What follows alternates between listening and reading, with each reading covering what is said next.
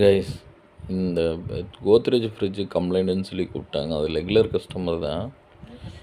இதில் என்னென்னா, எறும்பு அதிகமாக பூந்து தெர்மாஸ்டாட்டு போயிடுச்சு. தெர்மாஸ்டாட்டு போனனால உள்ளே எறும்பு தான் அதிகமாக இருக்குது. அது இல்லாமல் பின்னாடி பார்த்தா வாட்டர் ட்ரேயில் ரொம்ப டஸ்ட்டு.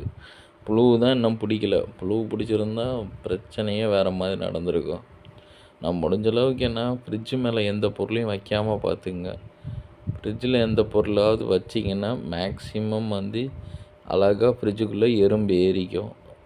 எந்த பொருளையும் தூக்கி ஃப்ரிட்ஜு மேலே தான் வைக்கிறாங்க. இப்படி இருந்தாலும் எறும்பு உள்ளே தான் போகிற பார்க்கும். முடிஞ்ச அளவுக்கு பின்னாடி இருக்க கம்ப்ரஸருக்கு வர ட்ரே க்ளீன் பண்ணி வச்சுக்கோங்க. அப்புறம் புழுவெல்லாம் பிடிச்சிச்சின்னா பிரச்சனை உங்களுக்கு தான் வரும். முடிஞ்ச அளவுக்கு கவனமாக பார்த்துக்குங்க.